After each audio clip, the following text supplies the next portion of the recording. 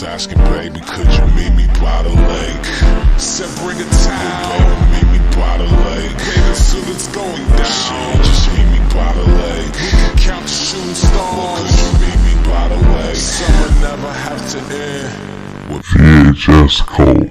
I packed a couple sandwiches inside that basket and brought some extra towels if anyone was asking. We should take a dip in that lake quick and then split, then do something that's beyond what we both can imagine. Watch the sunset, we can watch the sunset. Grab a drink, watch the sunset, we can watch the sunset. Look in the sky, watch the sunset, we can watch the sunset. Never have to leave, watch the sunset, there goes the rain. Watch the sunset. And we got something called The Presser. It's pretty good. It's about the police, obviously.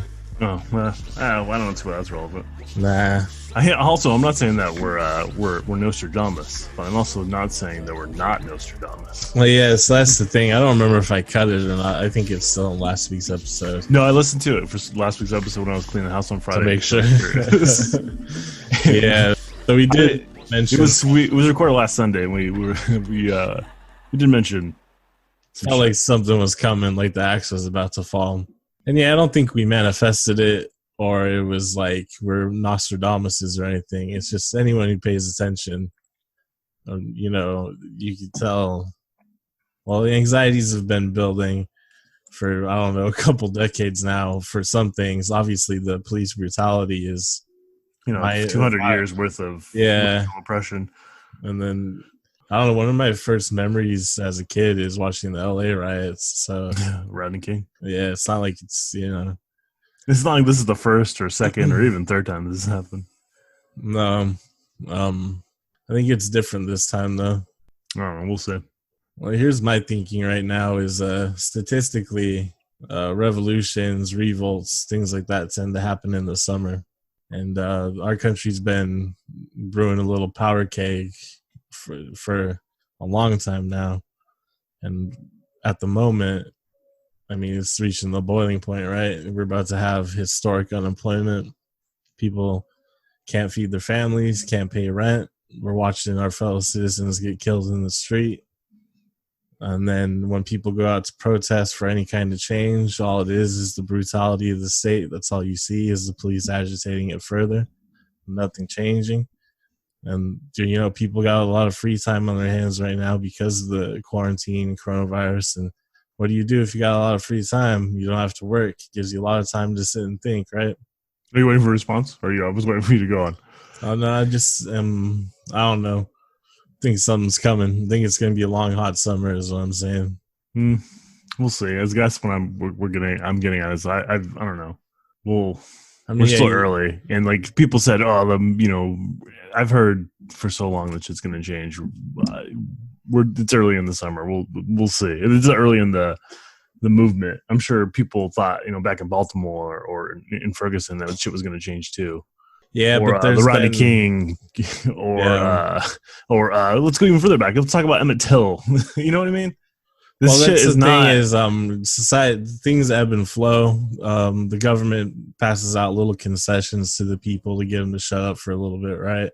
Then it builds up again. You get little concessions. Then it builds up again. You get little concessions. But I don't know. I think we're at a different. I'm hoping.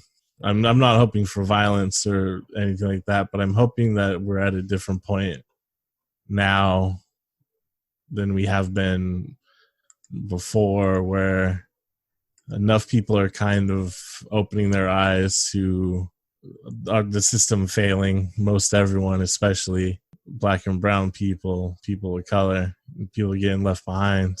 And now that it's finally starting to touch middle America, some of, your boring ass white people are waking up and being like, you know what, there's a problem. But we'll see. And that's the thing, is if it comes down to it, I'm not trying to feed into the media's narrative about outside agitators or whatever. But there is obviously right-wing militias that are armed and also want the fall of the government, but they want the fall of the government so that they can institute white power state. Yeah, I mean, there's not even necessarily that too, but like anytime there's any type of protest or riot or there's opportunists, yeah, exactly. So civil unrest, you're gonna have opportunists or people that are We're just agitating to agitate. Yeah, you could tell that some memo came down from on high today for the media to play the outside agitator angle, though, because that's all they've been pushing. Yeah, well, here's the thing too. Like, my thing is, if the whole country is protesting, where are they coming from? Who's the outside agitator? They're all switching cities, right? So there's protests in every major city in the United States, but everyone switched.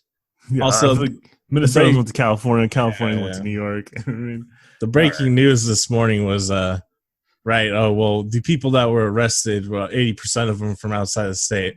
Well, local news investigated it. That was a lie. Then they switched. Oh, well, no, we were talking about St. Paul. That was investigated. That was a lie too. But they kept still going with the narrative, even though it was, proven to be false. In fact, the mayor of St. Paul came out and said, I apologize for having incorrect information. I should have fact-checked it and blah, blah, blah. But then the rest of his speech was him still talking about outside agitators coming in and causing the problem. What they're trying to do is take away the teeth from the movement.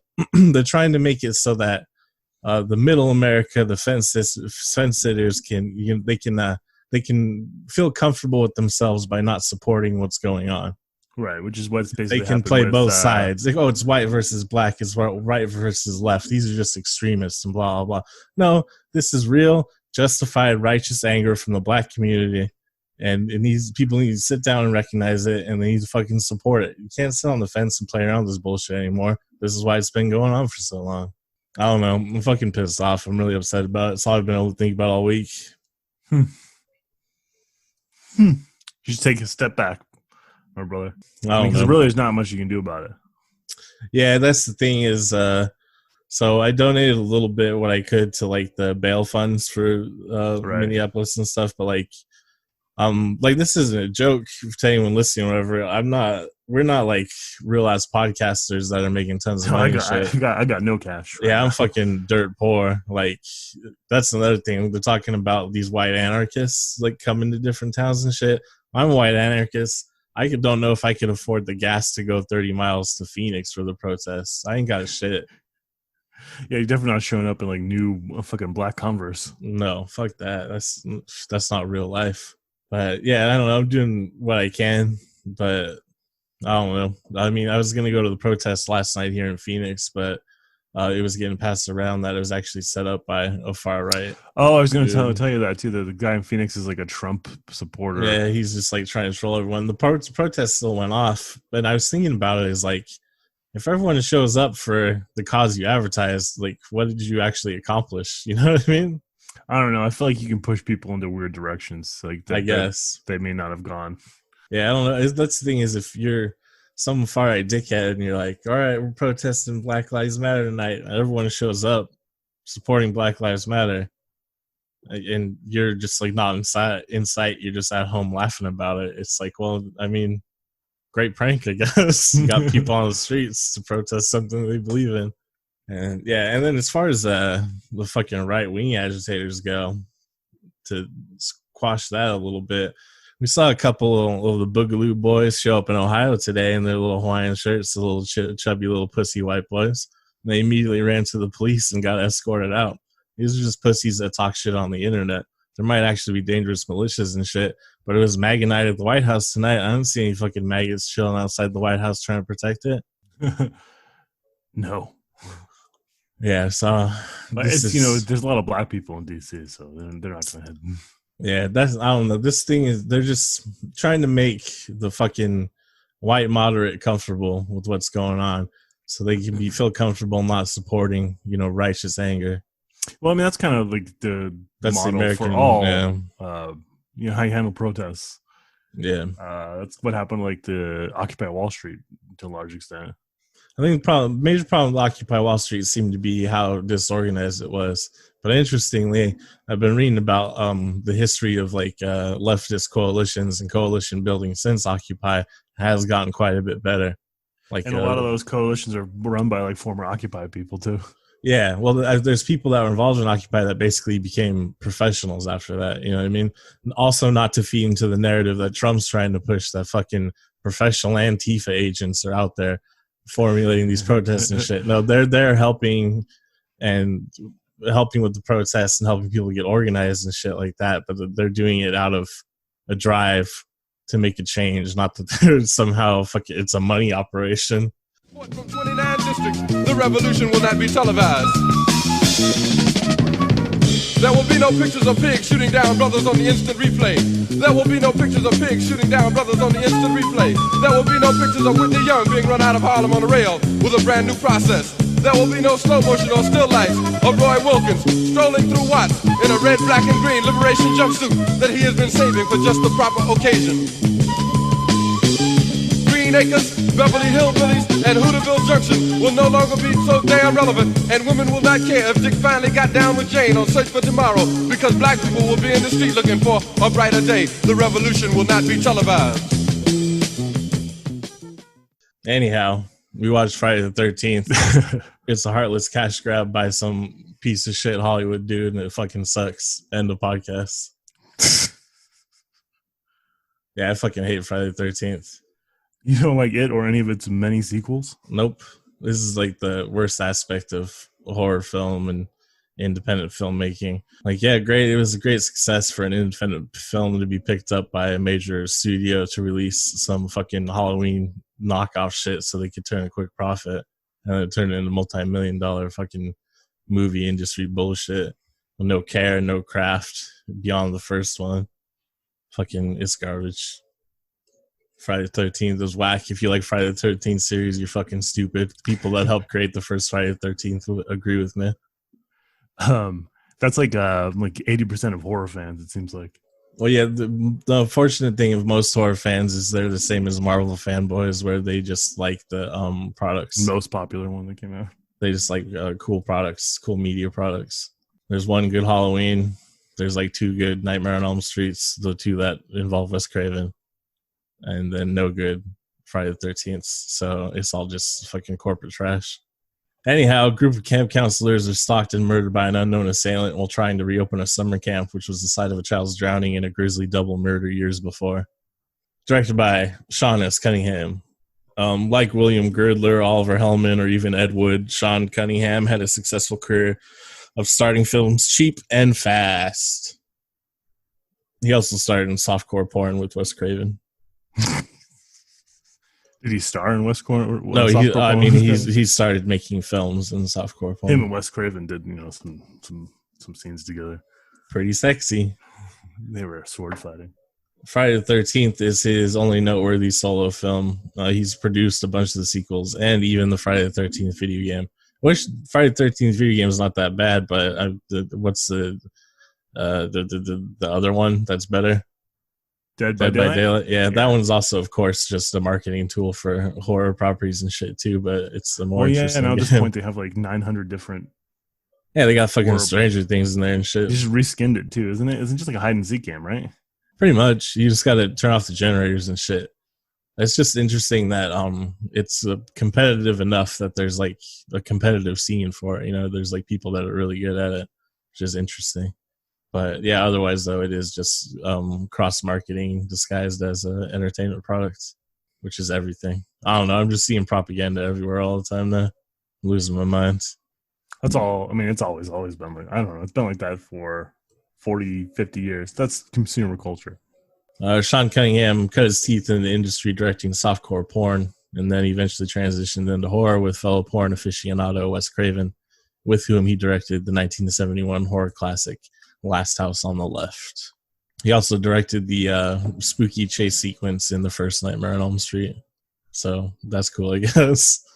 I don't wait. You know, when he has like long arms. Oh, okay. Yeah, that's cool. Yeah, it's not bad. Obviously, I'm sure Wes Craven had the screenplay and told him what to do. So I don't know. Anytime it's like, yeah, this guy directed this scene. If it's not like Quentin Tarantino's scene from Sin City or Steven Spielberg's like opening scene in Empire or Revenge of the Sith, it's like, what did they really do though? Follow directions. Yeah. Instead of giving directions, they followed them. Despite his association with Friday the 13th, its sequels, and various other horror films, he has repeatedly reiterated that he is personally not a fan of the horror genre at all. To quote him here, he says, "I am not a fan of brutal, ugly horror films. I don't like them. I don't enjoy them." Shut up, bitch. It's how I've made all my money. Yeah, but I love money. Money, money, money. But the residual checks are amazing. I love all the merchandise and all the money I get from the merchandise. They just keep making the movies too and video games. I'm rich. I'm rich, biatch. Written by Victor Miller. He wrote this and then soap operas. He's just been writing soap operas since then. What? Yeah, there you go. He claimed he's not seen any of the other Friday the 13th films since he does not like the idea of Jason being the killer. Even the ones I've produced. Oh no, this is the writer. I don't think he. Oh, okay. He's not involved with it after that. Victor Miller, the writer, had hoped he'd become famous for writing a movie like Airplane, but ended up doing this instead. He said this surprised him for several reasons, the least of which being he never liked horror films either. He wrote the script in 2 weeks. Boy, does it show. It's just like, oh, a murder happens, and then bad dialogue for a while, and perhaps now another murder. There really is no story. It's just like there's a bunch of people in the woods, and then they die. This is the one time where the IMDb's like bare simple synopsis like accurately tells you what the movie is.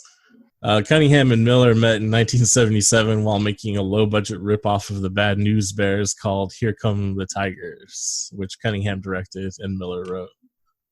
By that point, Cunningham had experienced no success since The Last House on the Left, and Miller was a former novelist / playwright just getting started with screenwriting. It seems like they were on the career trajectory to like make what are the equivalent of like the knockoff movies you used to see in the video store all the time. Well, I mean, that's kind of what they did. Friday the 13th is not. I mean, yeah, it is absolutely a knockoff of Halloween.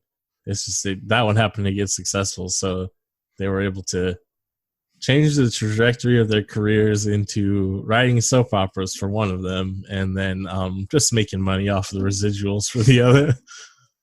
I gotta imagine like the one dude is still making some money off the original. If they created Jason, right? So they gotta make money every time they make a new. Yeah, he has all of his writing credits aside from soap operas are the other Jason movies because he has to be credited for characters by, Yeah. That's where the money is. Real star of the show, the only good aspect of the film, Tom Savini. We talked about him before. He's the king of gore. He's did the makeup effects and stunts and everything in this movie. He's a pretty cool guy, except for they actually kill the snake in the movie. The part they kill the snake, that's actually them killing the snake, and that's Tom Savini with the machete just killing the snake. That kind of sucks. Yeah. Those bastards. It's not the first time a real animal's been hurt for a horror movie. Yeah, obviously the main culprit is Cannibal Holocaust, which apparently they just showed last night on Joe Bob Briggs at the drive-in show. Last drive-in. Oof, that's a rough one. Yeah, they announced it in advance that, well, this is a movie we're going to be watching. We understand if you don't want to watch it. We filmed a version of it where it's just me, where it was just Joe Bob and Darcy the Mail Girl. There's like segments talking about the movie, so you don't actually have to watch the movie, which I think is pretty thoughtful. Trying to be more inclusive with horror, I guess. Well, the horror fandom is rather inclusive, so I guess it's got a leg up on comic book shit, and that people aren't in there complaining about gay characters and black people and stuff. So horror's got that going for it, but they still worship consumer culture, so that sucks. But everyone does apparently. That's all. That's it. Yeah. They burned down the Wendy's in Minneapolis.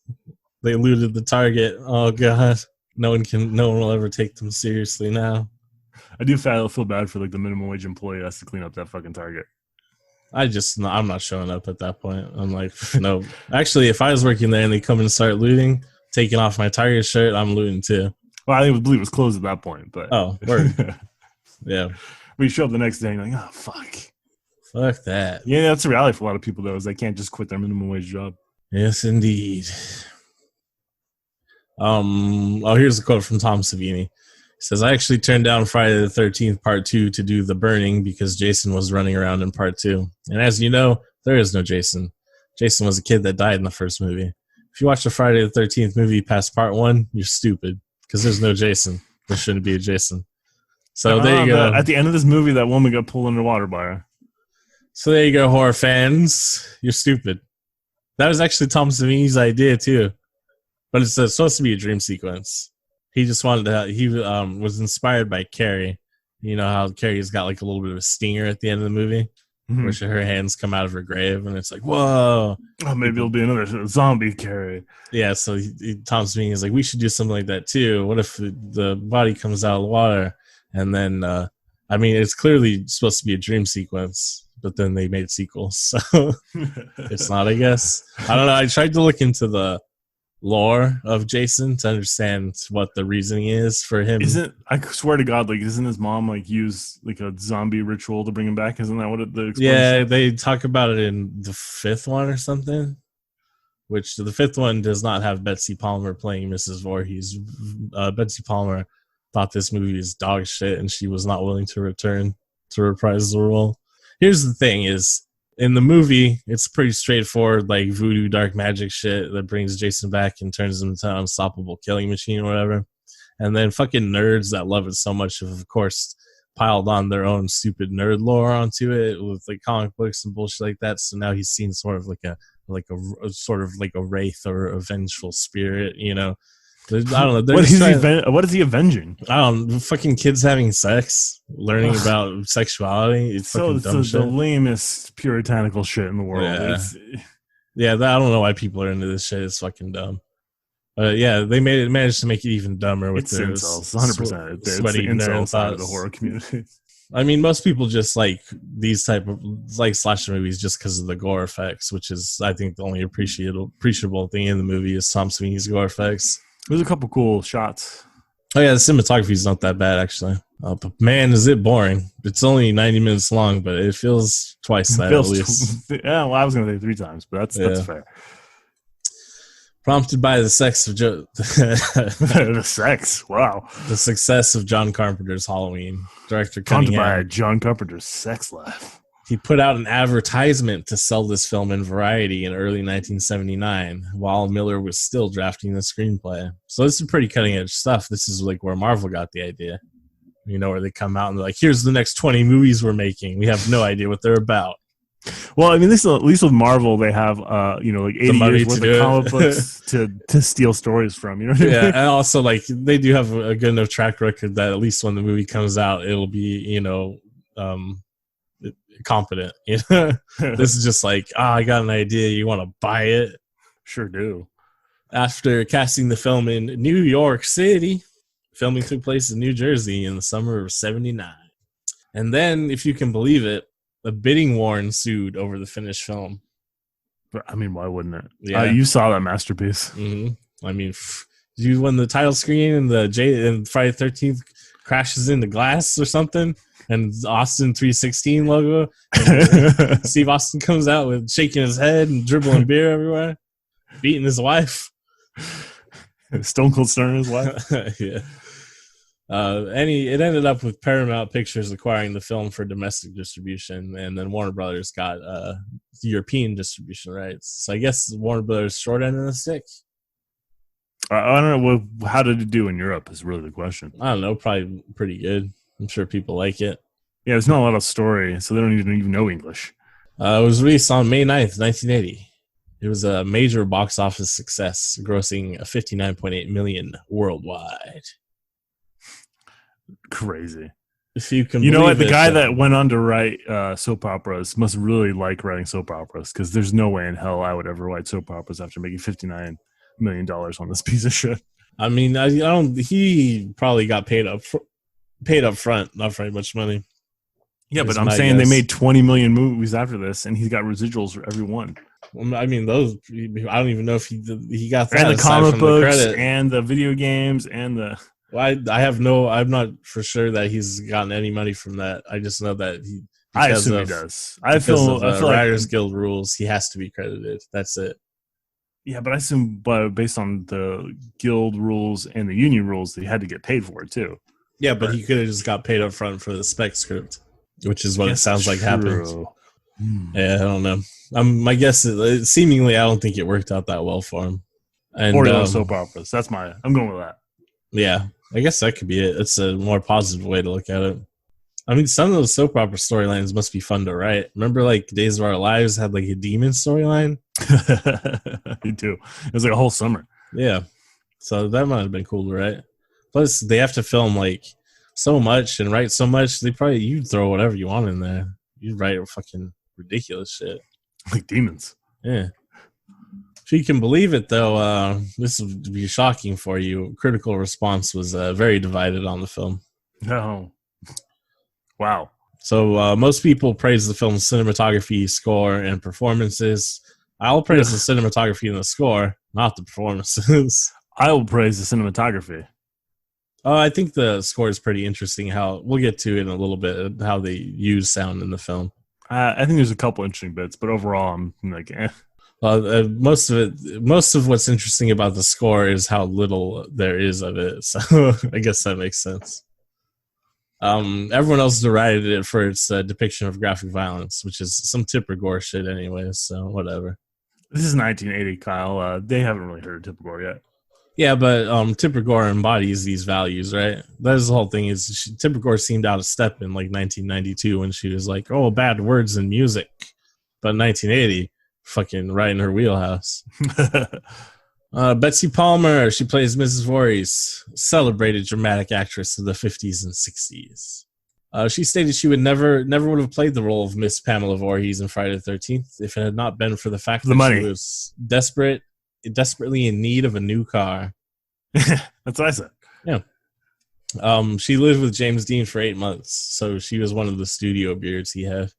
When you say live with, you mean... No, she pretended to be dating him while he was actually a homosexual, man. My agent called and said, "How do you like to do a movie?" I said, "Great," because I hadn't done a movie in years. California, I asked. No, it's going to be shot in New Jersey. And it's 10 days work. New Jersey, that's where the Misfits are from. It's 10 days. It's not Hoboken, is it? It's 10 days of work. You'll make $1,000 a day, but there's a catch. It's a horror film. I said, "Oh no, it's bad enough I'm known as a game show player on I've Got a Secret." I said, "Send me the script."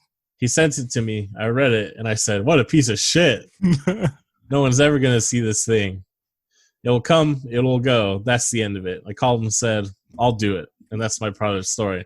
This quote comes from her appearing at a like Friday the 13th fan thing event. So she probably got paid more for that fan event than she did for this fucking movie. Yeah, she also says this on the same panel directly on the exact same panel with the man we mentioned earlier, Victor Miller, who wrote the screenplay. I mean, judging by what he thinks, he's like, yeah, she's right. It was a piece of shit. I just think it's funny that he's like, "Yeah, it's fucking garbage." And he's like, "Well, I guess." Betsy Palmer died of natural causes on Friday, May 29th, 2015, at a hospice care center in Danbury, Connecticut. You were this close to saying Friday 13th. Adrienne King, she's Alice, the final girl. We'll see her in part 2, and she'll be murdered immediately in the beginning. If we get to part 2, man, I don't know. The final girl. I always love that for horror movie lingo. Yeah, I mean, this Halloween and this movie basically created that trope. And then like Halloween created it, and then Nightmare on Elm Street comes out after Friday the 13th. Yeah, I know, but I feel like those three are kind of like the ones that everybody thinks of as like the final girl. Yeah. The reason she's murdered at the very beginning of part 2 isn't because of like any backstage like shitty situation or anything. Well, not with the studio anyways. It's a shitty situation for her. Turns out she was actually being stalked in real life by someone who was obsessed with her from seeing the first Friday the 13th. And she said, "Fuck this, I'm getting out of the limelight." So that sucks. Yeah. Especially because I'm sure it didn't help. Yeah, I don't know. Seemed like afterwards it kind of like fizzled out. But I mean, like she probably ended up sacrificing her career by doing that just because of some shitty asshole. Which I guess that's the female living in America. That's the woman's experience for you. Awesome. Kevin Bacon's in it. We'll see him in Footloose. We'll talk about him later. When we see Footloose. Yeah. And then the son of Bing Crosby, Harry Crosby, is in it. This little boy got beat the shit out of it. I don't remember which character he is. It doesn't matter because they're all fucking interchangeable except for Kevin Bacon because he's Kevin Bacon. And if he wasn't Even Kevin honestly, Bacon, even Kevin Bacon is interchangeable with everybody else too. Yeah. I mean, you don't give Kevin Bacon the credit in this movie because he doesn't deserve it. Yeah. A New York-based firm headed by Julie Hughes and Barry Moss was hired to find 8 young actors to play the camp staff members. Cunningham admits that he was not looking for great actors, but anyone that was likable and appeared to be a reasonable camp counselor. Also, people that were cheap. And the role of Alice Hardy, our final girl, was set up as an open casting call, which was actually a publicity stunt used to attract more attention to the film. Our actress, Adrienne King, actually earned, and put this in air quotes, an audition primarily because she was the friend of someone working in Moss and Hughes' office. It's all about who you know. Yeah, and Cunningham felt she embodies the qualities of Alice. What actually happened is they did an open casting call for publicity for the film, and then someone who was friends with this casting agency was hired for the job. Look, it's all about who you know. I just said that, and that's why this podcast will never take off. That's Hollywood, baby, except for that's New Jersey, baby. I guess New Jersey's a little bit about who you know, because isn't that where like all the Mob. like there's mob and stuff hang out, and also police officers. I remember that Sylvester Stallone movie, Copland, with Ray Liotta and Michael Rappaport. He played a lot of racist characters. Makes me a little nervous about Michael Rappaport. He does say some weird shit on the internet. Not racist stuff though, just like kind of weird shit. Weird about animals, mostly. Yeah.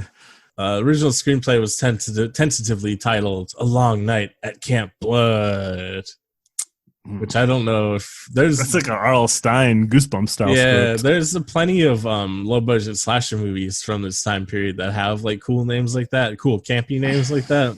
But it's like when you read names like that, it's like you know what you're in for, you know?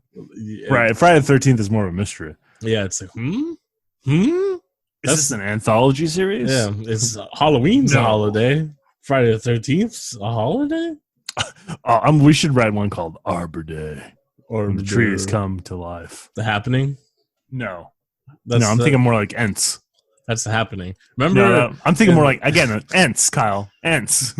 Remember in The Happening Murder when trees. they run up to that like farmhouse and like the double barrel shotgun peaks like it slowly comes out of the house like a fucking Looney Tunes cartoon. It straight up looks like a shot from Looney Tunes, but then it blows that kid away. That movie's fucking wild.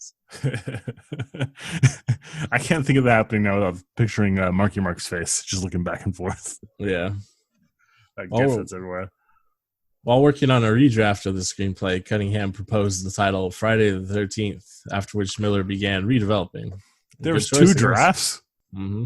It only took him 2 weeks to write, so this is pretty quick drafts. Cunningham commissioned a New York advertising agency develop his concept of the Friday the 13th logo, which consisted of big block letters bursting through a pane of glass. Smart, I guess. Use an advertising agency. They usually know what the people like. People like to be completely dressed down about how their sexual life's not that fulfilling. They're not as if you're a woman, you're not as you don't look as young as you should. Your ovaries are shriveling up. You need makeup. If you're a man, oh, where's your hair at? Your dick's not big enough. You need more money so you can get more women and fancy cars and shit. Basically, advertising agencies know what's up, and that's human beings are only concerned with their sexual viability, right? I've seen Mad Men, Kyle. I know how it works. I haven't seen Mad Men. There's no You haven't? I'm not It's a gonna good watch show. a million-hour fucking AMC show about fucking assholes in the 40s and 50s. It was the late 50s, into the 60s. Oh, okay. Oh, the greatest time in American history. We saw it last Exactly. week in Hairspray. I just really want to learn about fucking Don Draper and his old rich white guy struggles, the pains of being a wealthy white man. Oh, jeez. Miller delighted in inventing a serial killer who turned out to be somebody's mother, a murderer whose only motivation was her love for a child. So my question for this is: the entire time she's making those noises, right? Because that's the only way it makes sense. No, that's not actually taking place in the movie. I know it's supposed to be like part of the soundtrack, but Yeah, still, that's the score. Because later on, that's supposed to be Jason, stalking people, right? It's not diegetic music. I think I don't know when it switches from being the score to being within the realm of within the actual world of the film. I don't know. I'm not familiar enough with the sequels. I've seen them all multiple times, but I don't remember which one's which. The only thing I remember is the cool boxer guy in Jason. I was going to say that's one thing I remember is Jason versus Manhattan. Yeah, he gets his head up, cut it off, and it's like. I remember that one, and Freddy versus Jason pretty well. And then I also remember Jason Goes to Hell when the coroner eats Jason's heart. Oh yeah, I remember that now too. Oh, I remember Jason. We should watch every Friday the 13th movie and critique them. What's the Jason X, the one in space? I remember they had the the android where her nipples fall off because they're magnets. Yeah, that was awesome. That's some good shit. So stupid. I love that shit. That's good. I kind of like the frank juvenile sexuality of these films. I'm not gonna lie. Like, sex is bad, okay? No, not that aspect of it. I just focus on there not being any moralizing in the movie in any way, and it's just kids having fun. Oh, but there actually is moralizing. Oh, is there? Yeah. I don't know. I'm about to blow your mind eventually. This is I'm building suspense for later on in the episode where I will shocking reveal that maybe that's not the case. Well, you're probably going to give me some shit about what the writer said, but he's full of shit, so it doesn't matter. Speaking of what some shit the writer said, he said, I took motherhood and turned it on its head, and I think that was great fun. Miss Voorhees was the mother I'd always wanted, a mother who would have killed for her kids. Oh. I think so his mom was a piece of shit is what he just said. Yeah, well, because that's the thing is I think most mothers would kill for their kids. We just talked about last week how if we were in Bret Hart's shoes, we might kill Vince McMahon. Yeah. That's the thing is like, when you have to explain to people, people talk shit about immigrants coming to the United States, right? And you try to explain to them, like, fucking, if your options were your kids was going to be forced into a gang, killed, raped, left in the street, all sorts of shit, or making a fucking 1,000-mile trek barefoot to a country that doesn't want you, which one do you think you're going to fucking do? They're both awful choices. Yeah, but you're going to do the one where you might survive. And at this point, I don't know which one that is. Yeah, I guess that's a good point too. But anyway, no, I mean I get it. Like my larger point is two shitty choices, and like there was really not a lot of difference between how most of our ancestors came to America and how Guatemalans. Yeah, everyone's just fleeing a shitty situation. I guess the larger point is when you express that to someone, you're trying to get them to empathize and realize, oh, we need immigration reform. And actually, I don't know if we need immigration reform so far as we don't need any immigration policy at all. Come on in. No borders. I mean, some immigration policy, I guess, but come on. We're way too draconian. We'll take care of the bad apples, if there are any. By pooping on them. The idea of Jason appearing at the end of the film was initially not used in the original script, but in Miller's final draft, the film ended with Alice merely floating on the lake peacefully. And then Jason's appearance was actually suggested by Tom Savini, which dumb bastard, brought up earlier. And they were like, money, you're saying. Which one is the one where Jason is a kid? Is it the second one? Yeah, the second one has flashbacks to him being a kid. Oh, I could have sworn there was one where the actual killer was Jason as a kid. Oh, I don't know about that one. Are you sure you're not thinking of Rob Zombie's Halloween remake? I'm pretty sure I'm not.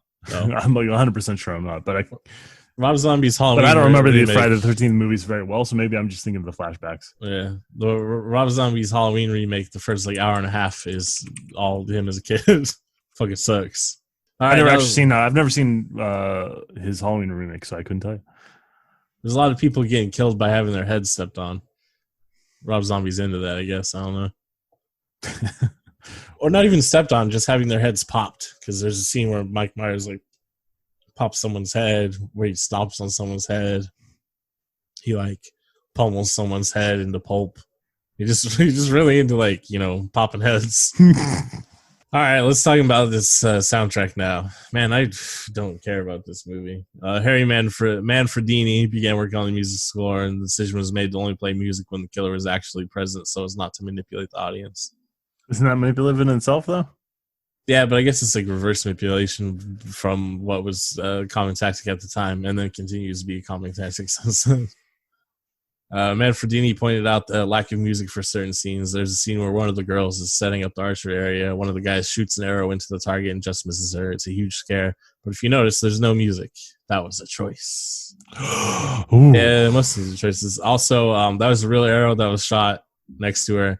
The man who did the shooting, Tom Savini. That's right. He's really good with the bow and arrow. Not like, did you see that fucking bum ass Cletus at the protest in Salt Lake City that screamed "All Lives Matter" as he tried to shoot a bow and arrow at the protesters? Did you see some motherfucker stab a dude with a sword? Fucking piece of shit. God damn, white people are a mistake. Yeah, they fuck up. So here's where the the Jason sound comes from. So Mrs. Voorhees appears on screen only during the final scenes of the film. So Manfredini, the composer, had the job of creating a score that would represent the killer in her absence. So he borrows from Jaws, where likewise you don't get to see Bruce until the end of the movie. But the film has a sound motif that John Williams, of course, crafted with great care by John Williams. It cued the audience to the shark's invisible menace, which is it works way better in Jaws than it does in Friday the 13th. Yeah, it sounds a lot cooler. So he's like, you know what? I should copy that. The same way this film is a copy of Halloween, I'll copy Jaws. So while listening to a Christoph Penderecki piece of music, which contained a chorus with striking pronunciations, Manfredini was inspired to recreate a similar sound. He came up with the sound for the final reel when Miss Voorhees arrives and is reciting "Kill Her Mommy." Manfredini says, everyone thinks it's cha-cha-cha. I'm like, cha-cha-cha? What are you talking about? Yeah, so he the kid sound from kill and the ma sound from mommy, he chopped and screwed them basically and turned it into mama.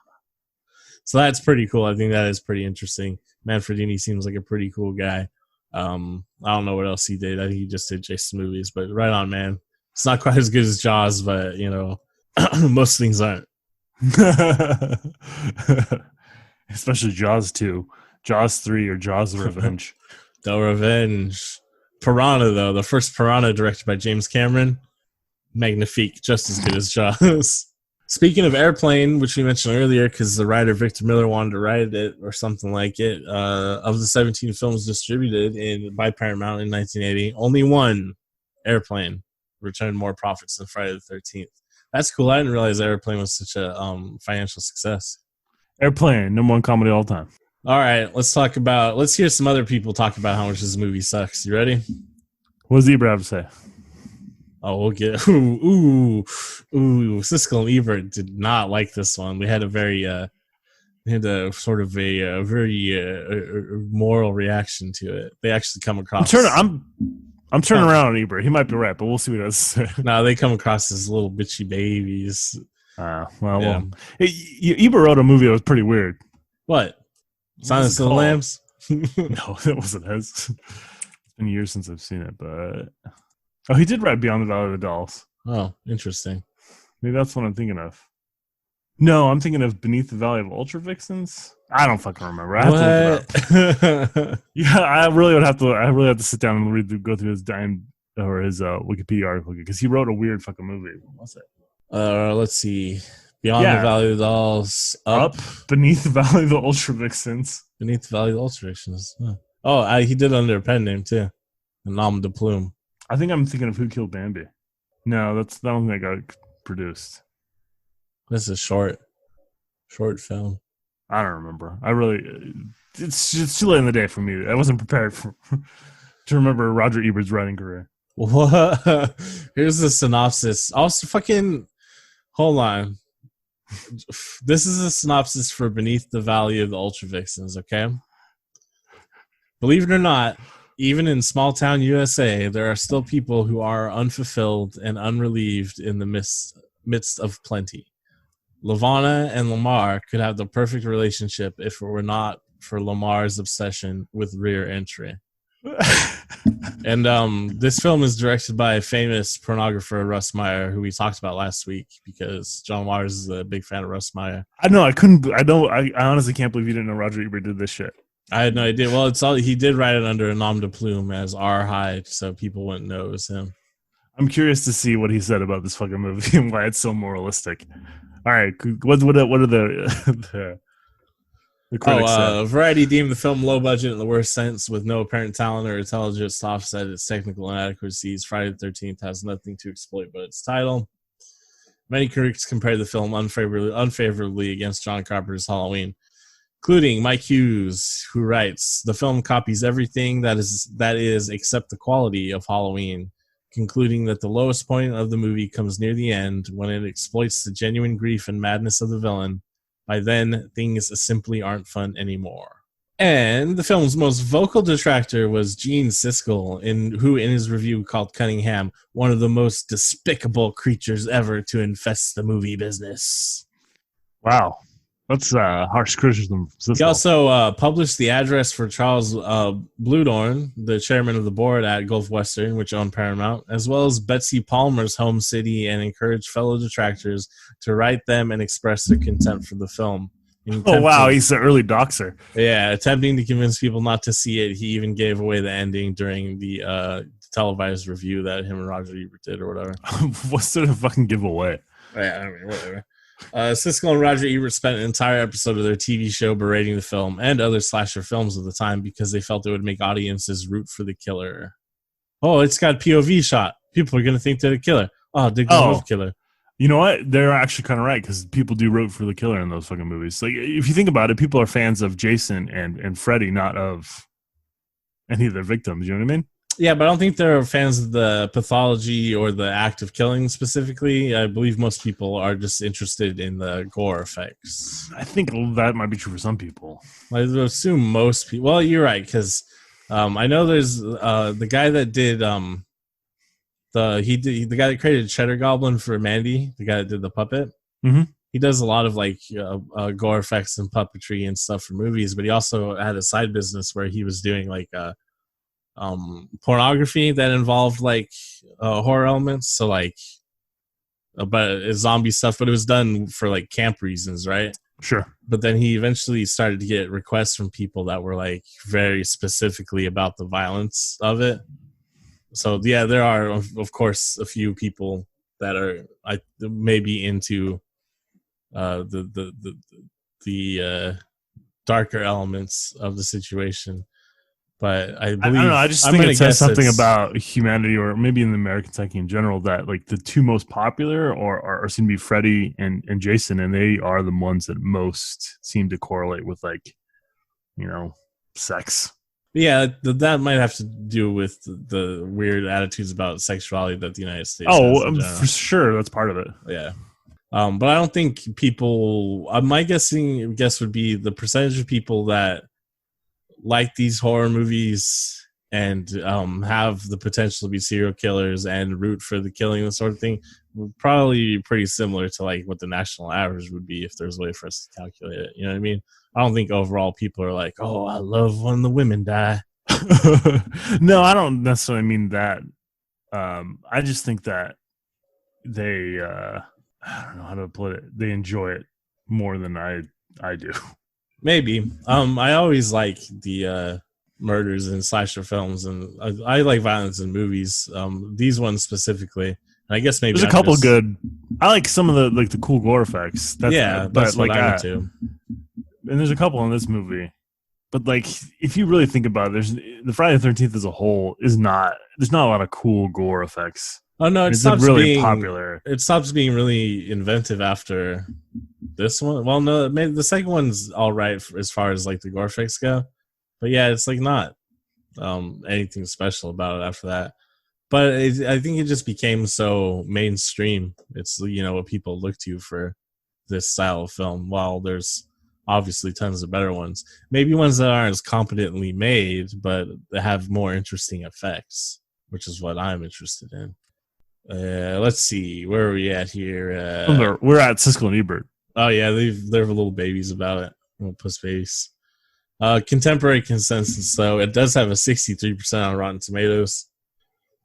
The consensus on there is rather quaint by today's standards. Friday the 13th still has its share of bloody surprises and a 70s holdover aesthetic to slightly compel.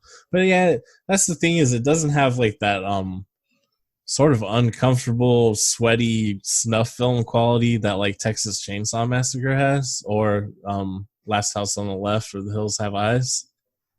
So it's like, I don't know. I honestly don't understand why this one, Friday the 13th, was such a success and why it continued to be a success.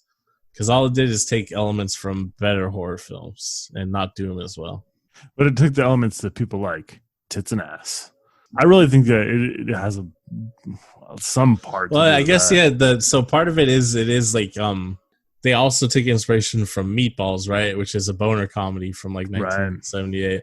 So yeah, I guess the incorporation of the horror elements and then the boner shit, that's like, oh man, this is just the perfect storm for teenagers in the 80s, right? Jeremiah solved it again. Jeremiah Kipp of Slant Magazine in 2009 said, the murderer turns out to be a middle-aged woman named Ms. Voorhees, played by Betsy Palmer, with a butch haircut and a gigantic bulky sweater, whose line reading are akin to nails on a chalkboard and a predilection for speaking to herself in the mincing voice of her dead child. It's only the last 20-minute appearance to the scene stealing Harpy, not to mention the memorable cameo by her rotting zombie son that Friday the 13th becomes memorable as high camp. First half of this guy's quote is like, I don't know why he's dressing down Betsy Palmer so much. They tried to make her look bulky, so the scenes, every other scene, that was actually footage of a man chasing the camp counselors, would be possible. I don't know. Anyhow, I don't know why he's being such a weirdo about that, but I do agree with the last part here where he says, much like, well, no, never mind. I was going to say much like Sleepaway Camp, but no, Sleepaway Camp has fucking high camp all throughout the movie, fucking perfection. Friday the 13th just has like no spirit, no craft, and then approaches like high camp at the very end, like he says. Up until then, it's just like, yep, Halloween. Yep, there's a murder going on. And Scott Meslow of The Week reviewed the film in 2015, assessing its original critical reception in a contemporary context. Before it became an absurdly prolific franchise, Friday the 13th was a cynical, one-off attempt to make a fast buck on a sleazy slasher movie that accidentally ended up spawning a decade-spanning, multi-million-dollar phenomenon. What's most striking about Friday the 13th is how little regard anyone but its fans seem to have for it. Yeah, because it's a piece of shit. It's trash. That's true of a lot of... That's all cult cinema, really. Yeah. But the people that are fans of this particular cult film are wrong. I am right. Other cult films are amazing. Anything fucking John Carpenter made, perfectly fine. Everything else that you like, fucking stupid. Fucking Jason memorabilia and shit, stupid. The Witch, awesome. Give me all the fucking Black Phillip merchandise you have. Black Phillip. I actually only own one piece of Black Phillip merchandise, and it was a gift. So I'm going to buy you a black goat for your birthday. Hell yeah. I want the goat that was used in the film. Apparently he's a major he's a dick. Yeah, he's a major dick. I like weird shit. I want to talk about the end of this movie for like 2 seconds and just how many chances Alice had to just kill Mrs. Voorhees and end it. And she's constantly just running away screaming. At least 3 times she knocked Mrs. Voorhees down. Yeah. And killed her. Well, that's my problem with the ending too. Is she's throughout the movie before we know it's Mrs. Voorhees, they're an unstoppable killing machine, right? And then it is Mrs. Voorhees, and she's still just an old woman, right? I think they could have still just made her very powerful because of that rage she has, right? Like maybe she, I don't know, do something. Don't just be like, surprise, it's an old woman. And she is an old woman. I don't know how she killed all the other people. How did she get that dude into a tree? Yeah. It's like, oh, okay, I guess. All right, time to talk about the elephant in the room, which we mentioned already. The weird puritanical sexual morality that's at play in this film, and Halloween was accused of it as well. I mean, I don't necessarily even see it in Halloween because I don't feel like, I don't know. It's been a while since I saw Halloween, but I don't feel like it necessarily played on like they were having sex and so my boy drowned and now everyone has to die for it. Well, let's take a look at what film critic Timothy Sherry notes in his book Teen Movies, American Youth on Screen. Ooh, that's a fancy title. Yeah, I'm going to pick up this book. It sounds interesting. But anyways, he says that where Halloween introduced a more subtle sexual curiosity within its morbid moral lesson, films such as Friday the 13th capitalized on the reactionary aspect of teen sexuality, slaughtering wholesale those youth who deigned to cross the threshold of sexual awareness. Which, yeah, seems like that's what it's about, right? It's like, oh, if you do bad sex, bad thing happened to you. Which is kind of like, that's what It Follows says. But the problem with this is, if there's any teens out there listening, if you feel comfortable with your partner and you feel safe and secure about it, you're comfortable with yourself, sex rules. Have all the sex you want. Oh, yeah, make sure. Yeah, don't get anyone pregnant or anything. You don't want to deal with that as a kid, but sex rules, have sex. It's perfectly fine. Don't worry about it.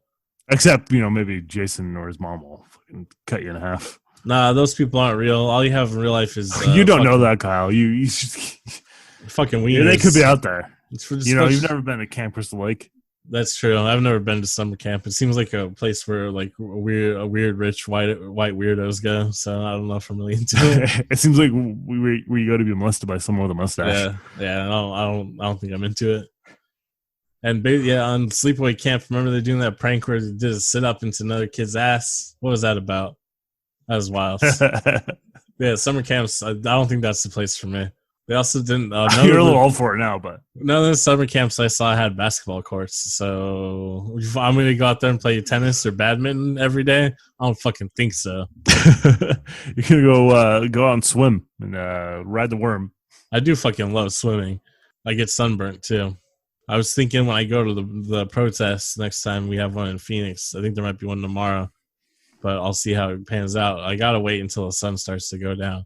I mean, solidarity. I'm with you, everyone, but I'm also really white. I got like a red beard and shit. Like that's how white I am.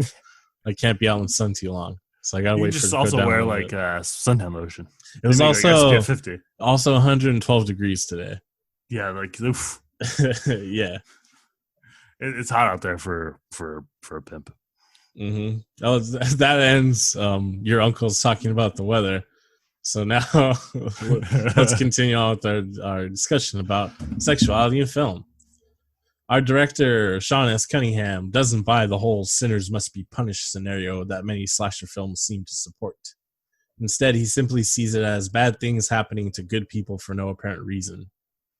Cunningham also didn't like Gene Siskel's complaint that the film was misogynistic and that Cunningham is a little tougher on the girls in this movie than he is on the guys. In response, Cunningham said the film is not meant to be sexist, and both male and females get punished equally in this movie.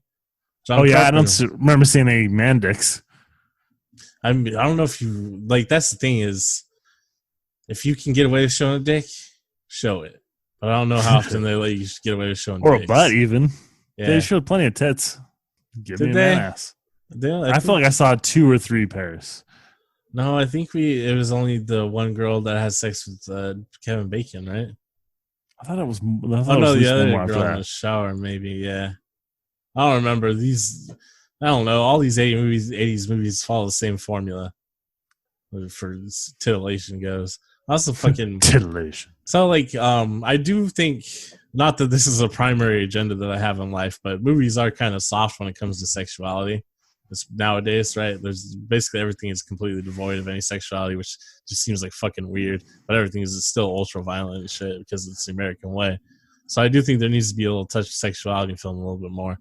But that said, it's fucking never like real in movies. You know what I mean? Like it's always just fucking like I'm gonna lay on top of you and this is how people have sex, right? Not even like raised off of the woman or anything. You know what I mean? Like, not even, I'm just gonna slam our bodies into each other. not even like, obviously the missionary position sucks. I don't think most people use the missionary position. That's some weird shit, anyways.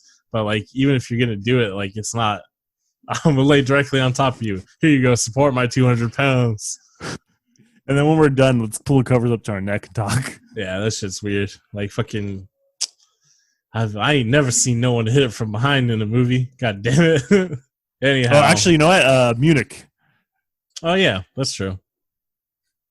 Oh, Good, also, good looking out, Spielberg. Actually, Love Actually, but they're simulating sex as stand-ins for simulated sex in a film. It's very meta, but you see it.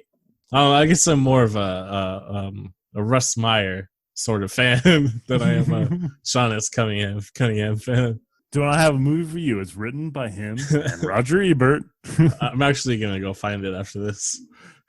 Let's see here. John Carpenter was similarly dismissive when critics complained that Hollywood was pushing an Old Testament puritanical sex must be punished by death moral code on the audience. Well, I mean, again, I'm not saying Halloween is, but Friday the 13th kind of is. Seems kind of straightforward. Friday the 13th, right? I mean, maybe it's certainly played a little bit for like tongue-in-cheek purposes, right? But is it? I don't know if there's like any actual like intentional humor in this movie.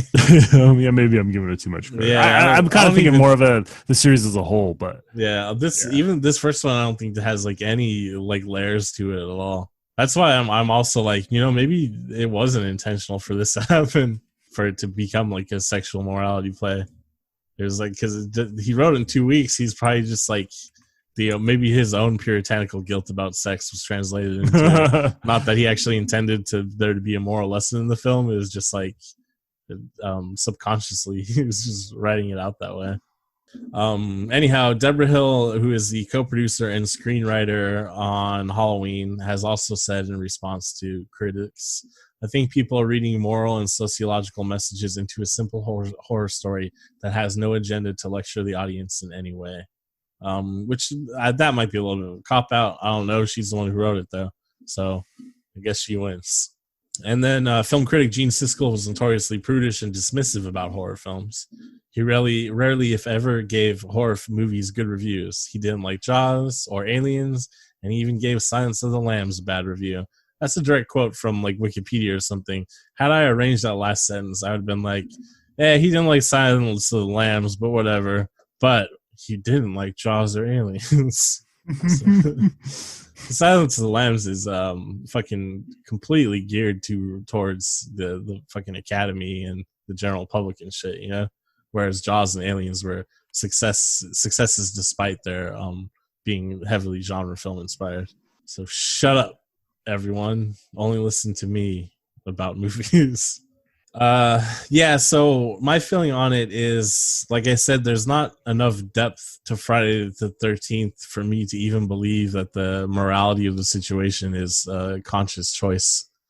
We didn't all those quotes I just read, though, were from Sean Cunningham, who directed the film, not the Miller who wrote the film, though. So someone might ask him and he would be like, yeah, fuck those dumb fucking kids having sex. Sex is bad. Never have sex before marriage. I hate sex. I've never had it.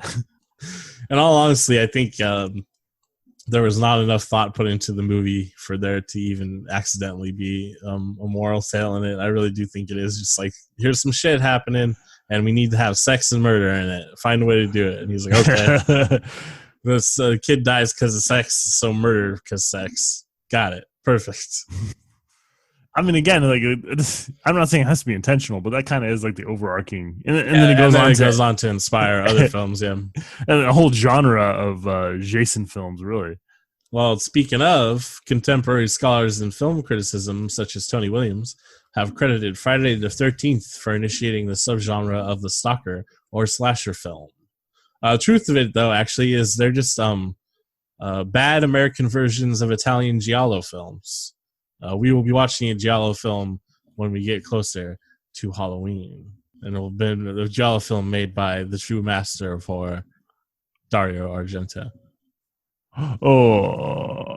Who, by the way, hated the Suspiria remake, so I'm in good company. I don't care that Quentin Tarantino liked it. The original's better. It didn't need to be remade. There's no crazy fucking electronic organ music made by Goblin. Not everything's in bright primary colors with psychedelic shit. Why the fuck would you make Suspiria and then just make it like every other fucking horror movie that comes out every other goddamn year? You're right. Horror movies are whack.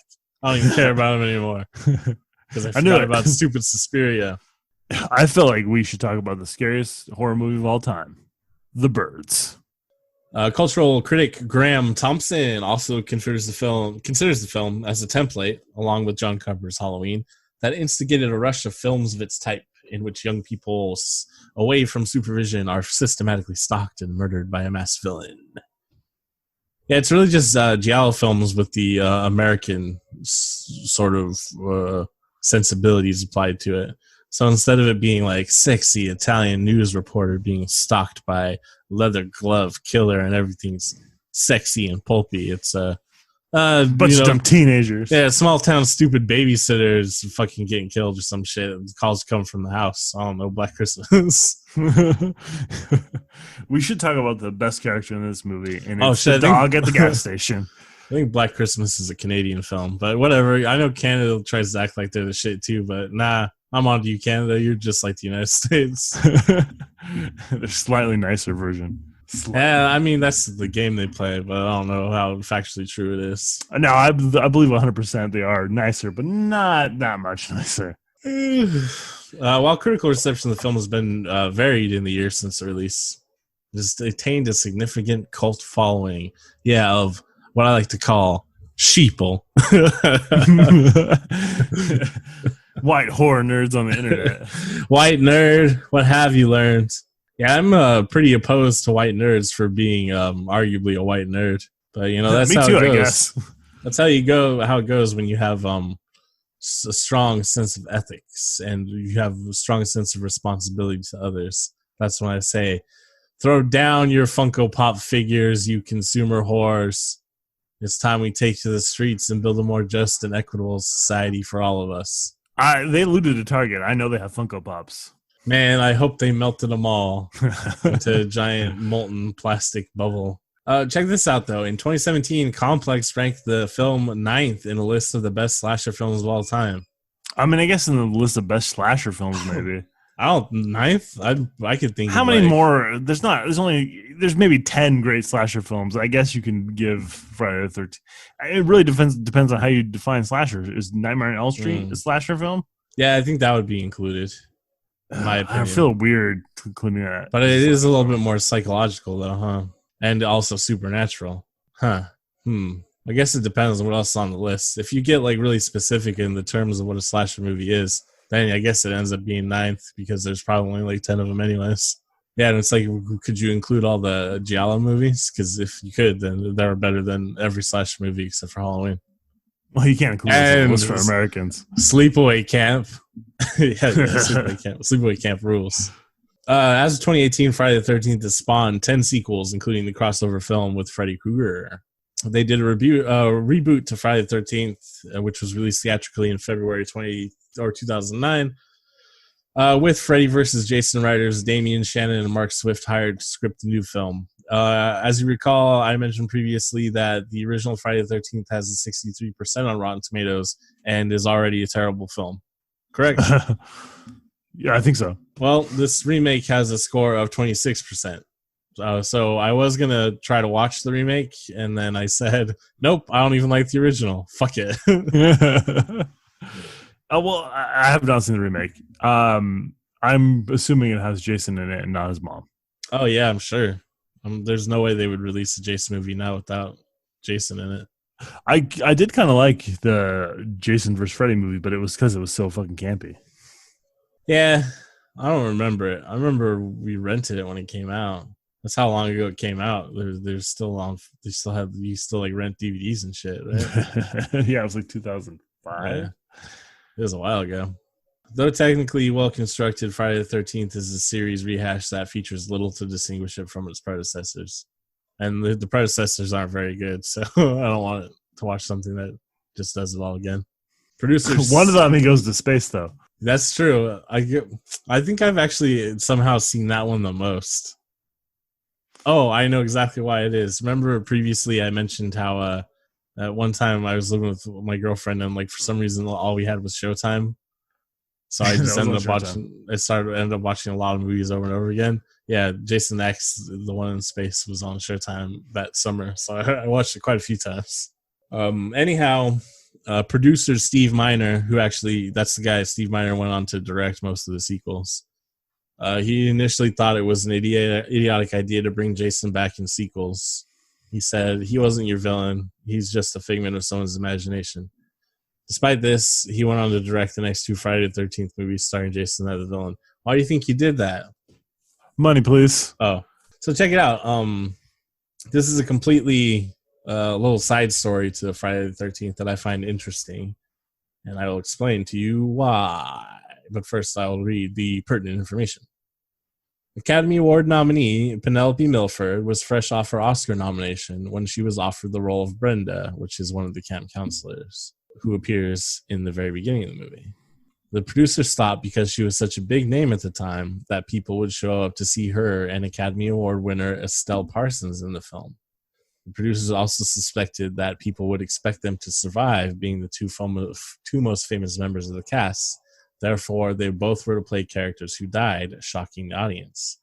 When Milford declined the role, Parsons bowed out shortly thereafter. So, the original intent was for that opening scene where you see the first 2 camp counselors being killed, for them to be 2 very famous actors. So, it had been shocking to the audience. Oh, man. Wes Craven stole this for Scream. Yeah, that's exactly what I wanted to bring up. That's wild, right? Because that was the big thing about Scream when it came out is it was Drew Barrymore's like big return to the scene sort of thing. She'd kind of fallen off from, I guess what you would say being abused by the Hollywood, right? Being forced to take drugs and party with adults and shit as a young girl. Yeah, well, abused Fucking by weird Hollywood shit. and her parents did. Yeah. But she did manage to turn it around, and she showed up looking gorgeous and healthy in Scream, and everyone was like, oh, hell yeah, Drew Barrymore is back. And then, shockingly, after an extended opening scene, which is possibly one of the best opening scenes of the horror film of all time, she ends up dead. Spoilers. I mean, if you haven't seen Scream yet, you're a fucking loser. Don't listen to my podcast. I was listening to someone else the other day, is like on Twitch or some shit, was talking like, look at your numbers, man. You got to start being nicer to everybody in your audience. You know, respect them. Blah, blah, blah. You got to keep your numbers up. Blah. Fuck that shit. I ain't doing that shit. If you haven't watched Scream, get the fuck out of here, loser. You come back, talk to me later when you have seen Scream. Shit. If you think it was a bad idea to explode a police station in Minnesota, then this podcast definitely get the fuck out of here. That's more important than Scream, yeah. If you don't think, if the state's willing to kill you, you should be willing to kill the state. If you don't believe that, get the fuck out of my face. Oh, also, because the camp was closed during filming and situated in the deep New Jersey woods, the cast and crew didn't see much outside interference. But it turned out they had a very famous neighbor. That's right, Lou Reed, who owned a farm nearby. We got to watch Lou Reed play for free right in front of us while we were making the film, sound man Richard Murphy said. He came by the set, and we hung around with each other, and he was just a really great guy. So this is 79. I guess he probably wouldn't be all fucked up on heroin anymore by then, huh? No, I think he was doing okay in 79. Yeah, because this is even after the Bowie period. Oh, yeah. 70, yeah, so he was probably doing all right in 79. Yeah, it's probably just a regular old Lou Reed with that. He's like, hey, man, take a walk on the regular side. Take a walk on the upstate New Jersey side. Except for his voice got a lot crazier when he got older. I guess from heroin, cigarettes.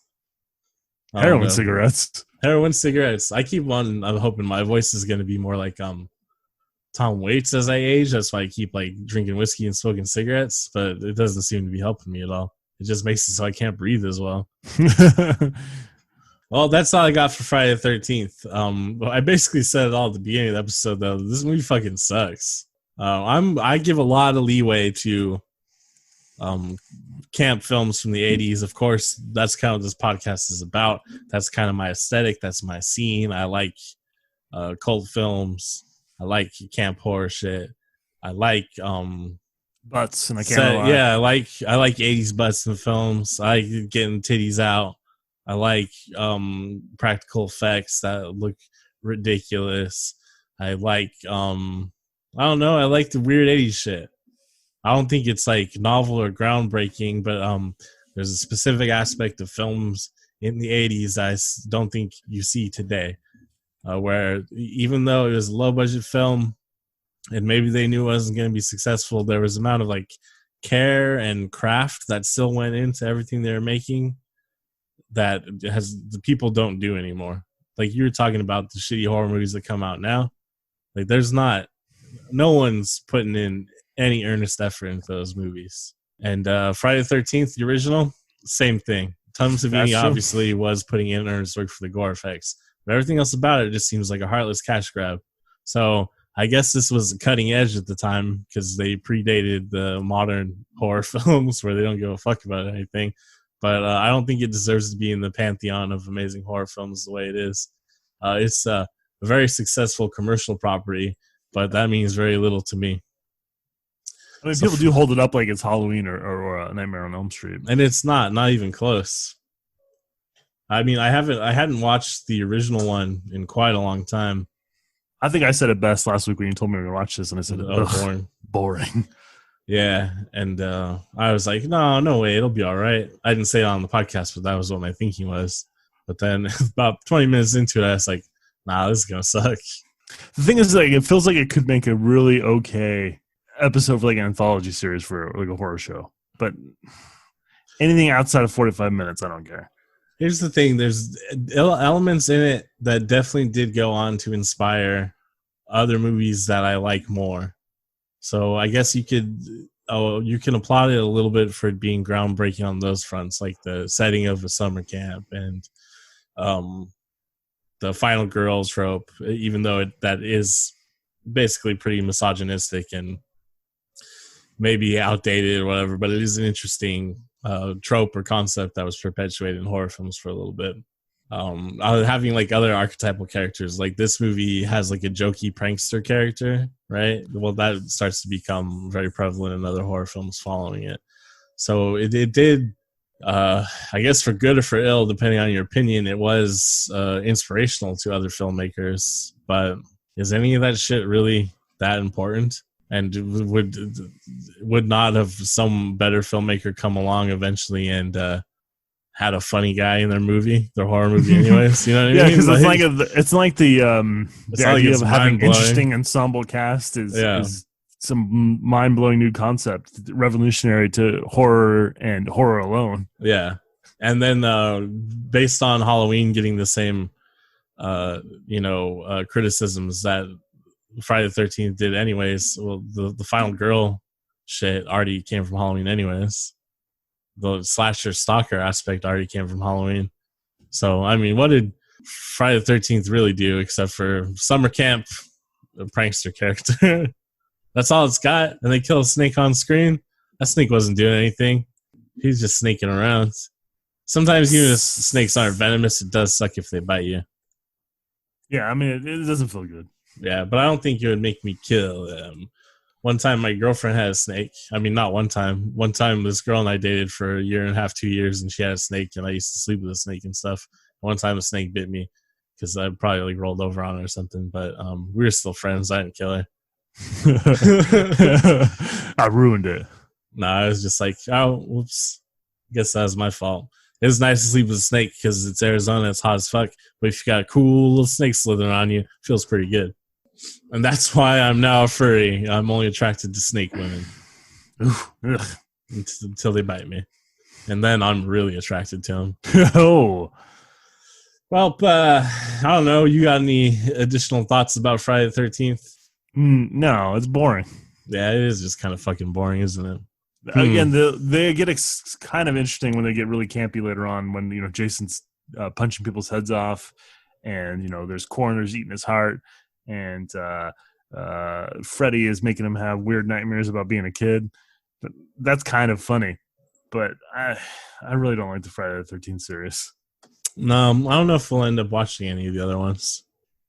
We should watch Godzilla in 1985. I thought I liked the Friday the 13th Part 2, but I may have just been confused. I was probably high at the time or something, or drunk when I liked it, or maybe I was just a happier, more naive person at the time. It was a simpler time. Yeah. Anyways, follow me on Twitch. I have a plan to take the Twitch world by storm. Are you familiar with Tekashi 69? The pedophile. The pedophile snitch. That's correct. But you know how he got famous? Just being an internet troll, starting beef with other more famous rappers, basically just pissing people off, being real inflammatory. Are you going to do that with Twitch personalities? I'm going to do it with the fucking nerds on Twitch because they're all pussy little bitch anyways. Oh, that reminds me. I'm at Sean McDonald on Twitter. What's your name on Twitter? Kyle Maine with 2 Y's. KYYLEMAGNE. We're really bad at promoting ourselves or even telling people where to find us, as my wife has pointed out. Yeah, I don't really use Twitter that much. Recently I have been because, independent news media and shit. But, I mean, I guess you can follow me on Twitter. I probably won't talk to you or anything. But you can I'll talk to you. Ask me some questions. Yeah, you can talk to Sean on Twitter. I might not answer them, but feel free. All right, well, check it out. Do that. Rate and review this podcast. Apparently, that does help. I don't know why. Oh, also subscribing helps. So subscribe on whatever platform you're using, and tell your friends about it. That's the key thing, is word of mouth. I need to get better at that, but I do not go outside currently. Maybe should I promote the podcast when I go to the next protest? We should have had business cards printed up. No, that's terrible. Yeah, that's about it. I do have one final shocking revelation. You have 3 testicles. No, in fact, one time I hurt one of them really bad. So I remember that. I have 2, but I don't know how well one of them works, and it's also still really sensitive. It was as big as a grapefruit. Yeah, it was pretty bad. My final shocking revelation is, I've mentioned this before, how I usually plan out the films very far in advance, or I have recently, like the last 2 phases of movies we've watched. Like I went from like last summer to Christmas, and then around Christmas time I went from then until we're all set up to go until Halloween, basically, at this point. So that said, I'm being 100% genuine. Didn't plan this in advance. Didn't make any. I don't know how I would have planned it in advance, but I didn't make any changes to the list or anything. It's just coincidence. All right. The film we're watching next week is Do the Right Thing. What's Spike Lee have to say these days? I don't know. Cornel West was on Anderson Cooper, and he basically laid it down pretty well. And I was like, all right, I love Cornel West. He always knows what to say. Nothing against Spike Lee. He's a good filmmaker. Cornel West didn't make Do the Right Thing. That's true. But Cornel West... Or Basketball Diaries. That's true, too. Yeah, but Cornel West didn't yell at Reggie Miller. Actually, that's like the best 30 for 30 documentary, is the one about Reggie Miller and like the Knicks and Spike Lee. I guess Spike Lee's pretty cool. All right. Wait, I'm not thinking Basketball Diaries. What was it? What was the Spike Lee basketball movie? Hoop Dreams? No, Hoop Dreams is the documentary one, isn't it? He Got Game. Oh, He Got Game. He Got Game. All the basketball movies that blend together in my head. Yeah, we're watching Do the Right Thing. 1989's Do the Right Thing. Michael Rappaport in that one? I don't think so, but you're going to have to tell me. No, he's not. I mean, Spike Lee's in it, and a lot of the New York Italian guys, huh? Didn't they make a TV show off of this? Oh, did they? I guess we'll find out next week after I do more research. I just remember when the dude in the bird jersey steps on his Nikes, he smudges them, and everyone in the neighborhood's like, "Oh!"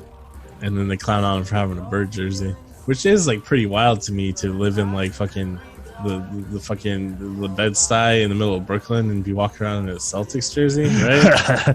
It's because Bird's white. That seems like a really stereotypical white dude thing to do, is have a bird jersey. And it does seem so aggressively white too. Like you're wearing it for a purpose if you're wearing that shit. And yeah, unless you live in Boston. That's the thing is, all right. So you're a white guy who moved to Brooklyn maybe, and you're from Boston, you know, it's your team or whatever. But to be from Brooklyn and be like, oh, I'm gonna wear a fucking Bird jersey instead of like a Knicks jersey, that's like, what the fuck are you doing? What are you thinking? I mean, the loyalty to your hometown and your home team is, as other people pointed out to me, is kind of weird. But I don't know. Fuck you. I love the Warriors forever. Is it weird though? I don't know. Part of like where you grow up is like it has an effect on who you are as a person. I personally love Bay Area. Well, certain parts of it. I don't like the city that much. Not anymore. It used to be okay. The only time I remember going to the city was when I was a kid. Remember, I had to go see psychologists and stuff. Oh yeah. That was the only time I remember going to the city. I specifically remember going on the Bay Bridge and like looking out into the bay, like knowing I was going to like psychiatrist for the first time as like a 6-year-old, and it traumatized me for the city for the rest of my life. So anytime I think of the city, that's what I think of. Psychology. Yeah, I don't know. I had to go multiple times and stuff. Also, I think was our doctor in the city or was he in Berkeley? No, he was in Berkeley. Oh, all right. Talking about Dr. Feldman? Yeah, Dr. Feldman. Yeah, he was in Berkeley. Never mind then. I don't know, but I just remember that for some reason I associate the city with being sad from being a sad kid. But you know, whatever. Sometimes you be a sad kid and you grow up to be a poor, sad man. That's me. Yeah, I don't know, whatever. Shout out to our brothers and sisters, all compatriots and all that sort of shit. ACAB, VHS Cult.